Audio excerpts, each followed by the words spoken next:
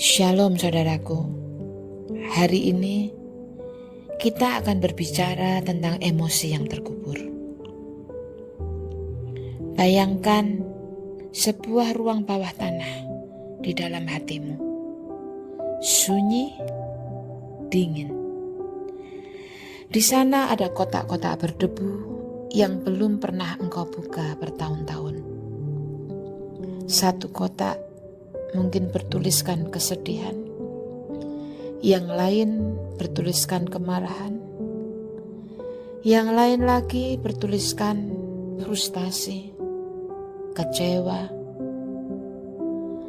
dan ada satu lagi yang bahkan tidak berlabel dan hanya tanda tanya besar di atas kotak itu. Engkau tahu ruangan itu ada, tapi engkau jarang mau ke sana. Bukan karena tidak berani, tetapi karena terlalu banyak hal yang menunggu untuk dihadapi. Di dunia pria, seringkali sejak kecil diajarkan jangan cengeng, maka kesedihan dikunci rapat. Jangan jadi orang yang emosian karena engkau laki, bukan perempuan. Sehingga amarahmu engkau pendam. Engkau juga diajari sejak kecil bahwa laki-laki harus kuat. Maka air matamu dilarang mengalir.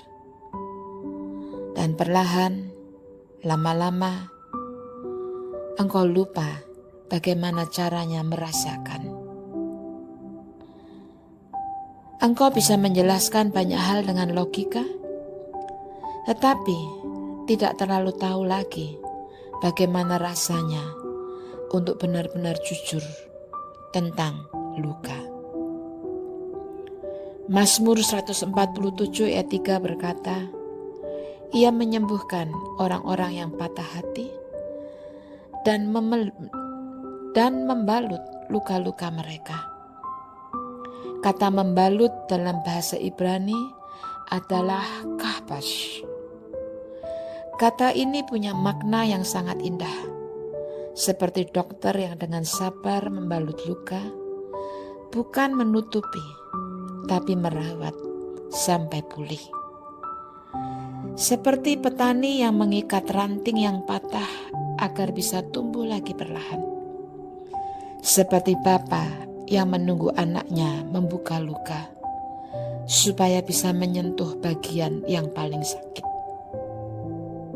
Artinya, Tuhan tidak takut dengan emosimu. Ia justru bekerja paling aktif di area yang paling engkau hindari. Mungkin selama ini engkau berpikir menyembunyikan emosi adalah kekuatan. Tetapi kekuatan sejati bukanlah menahan tangis, melainkan berani menatap rasa sakit dan tetap tinggal bersama Tuhan di sana. Kadang yang terkubur itu bukan cuma kesedihan. Ada amarah karena dikhianati. Ada rasa bersalah karena gagal melindungi. Ada kecewa karena harapan tidak sesuai dengan kenyataan. Dan di atas semua itu, ada juga rasa malu karena merasakan apa yang dirasakan. Dan mungkin engkau berpikir, seharusnya aku sudah move on. Namun dengarlah saudaraku, Tuhan tidak menunggu untuk engkau jadi tenang dulu, baru kemudian memelukmu. Ia hadir justru di tengah kekacauan batinmu. Yesaya 61 ayat 1 berkata, Ia telah mengutus aku untuk memberitakan kabar baik kepada orang sengsara, untuk membalut, yang bahasa Ibraninya kabas tadi, membalut hati yang patah, untuk memberitakan kelepasan kepada tawanan, dan kepada orang yang terkurung, kelepasan dari penjara. Hari ini Tuhan ingin menuntunmu masuk ke ruang itu, bukan untuk menyiksamu, tetapi untuk menunjukkan bahwa di balik semua debu dan kotak-kotak itu ada hatimu yang masih hidup, yang belum mati, yang masih bisa mencintai dan dicintai, masih bisa merasakan dan disembuhkan. Sekarang ambil buku jurnalmu, jangan terburu-buru menulis dengan jawaban yang rohani, tetapi tulislah sebagai seorang pria yang sedang jujur pada dirinya sendiri. Mari bertanya pertanyaan yang reflektif hari ini, yaitu emosi apa yang paling sering kau pendam, yang engkau tekan? Kenapa? Lalu bertanyalah bagaimana biasanya emosi itu keluar tanpa engkau sadari.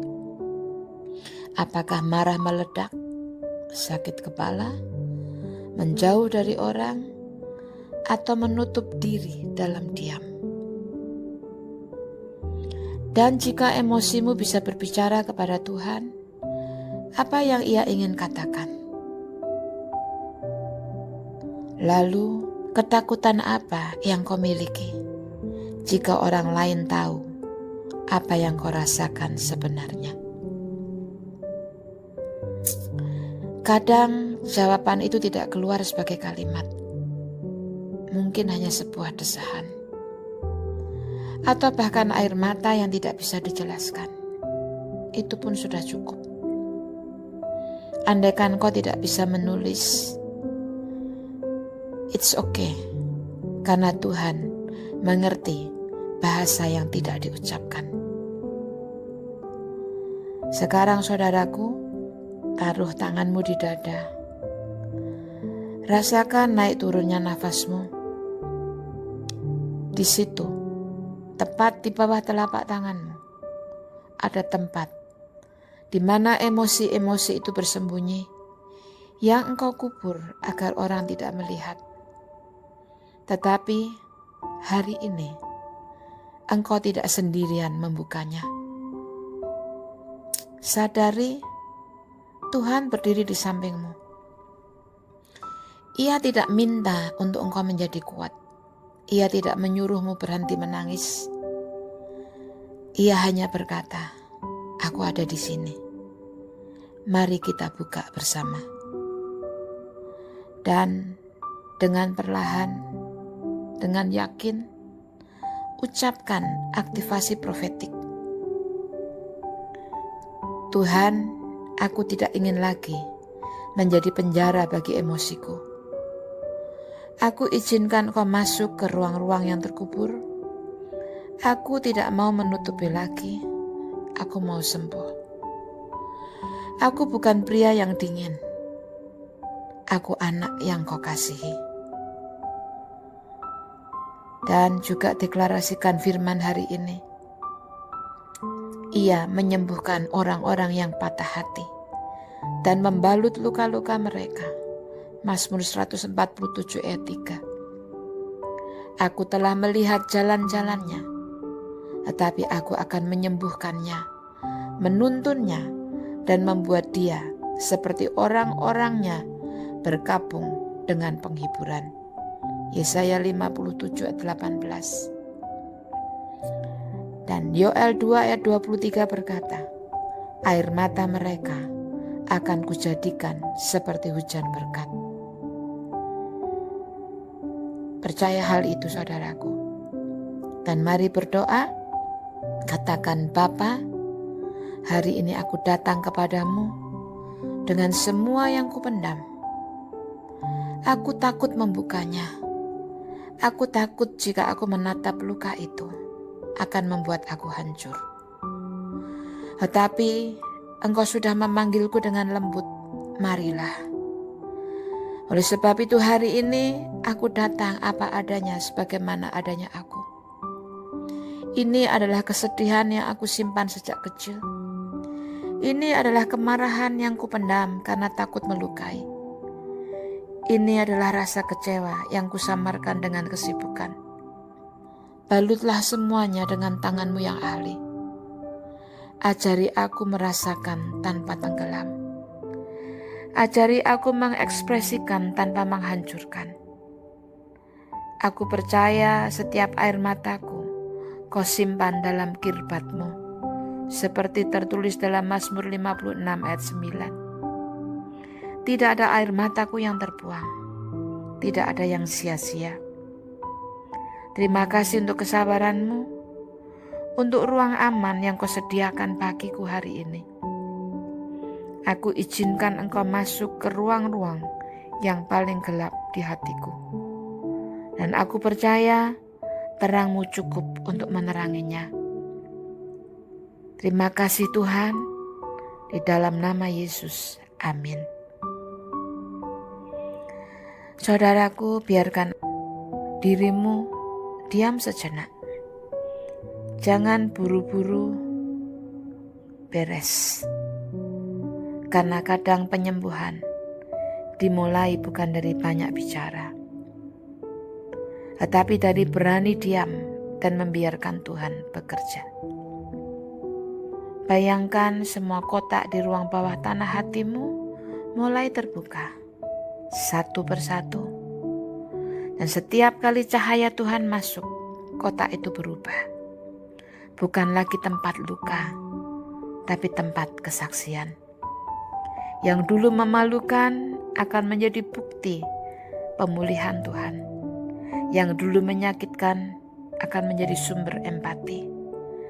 Dan Tuhan akan memakai setiap emosi yang dulu engkau anggap kotor atau hina, menjadi bahan bakar bagi belas kasih dan kekuatan baru.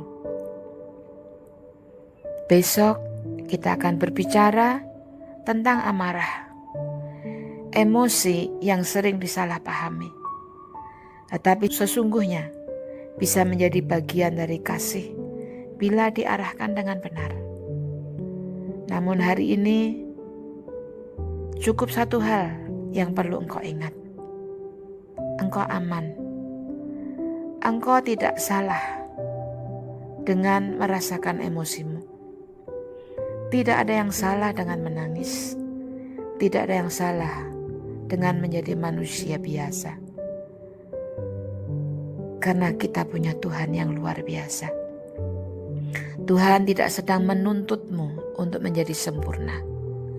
Ia hanya ingin engkau jujur. Karena di kejujuran itulah penyembuhan dimulai. Tuhan memberkatimu. Sampai berjumpa esok hari. Amin.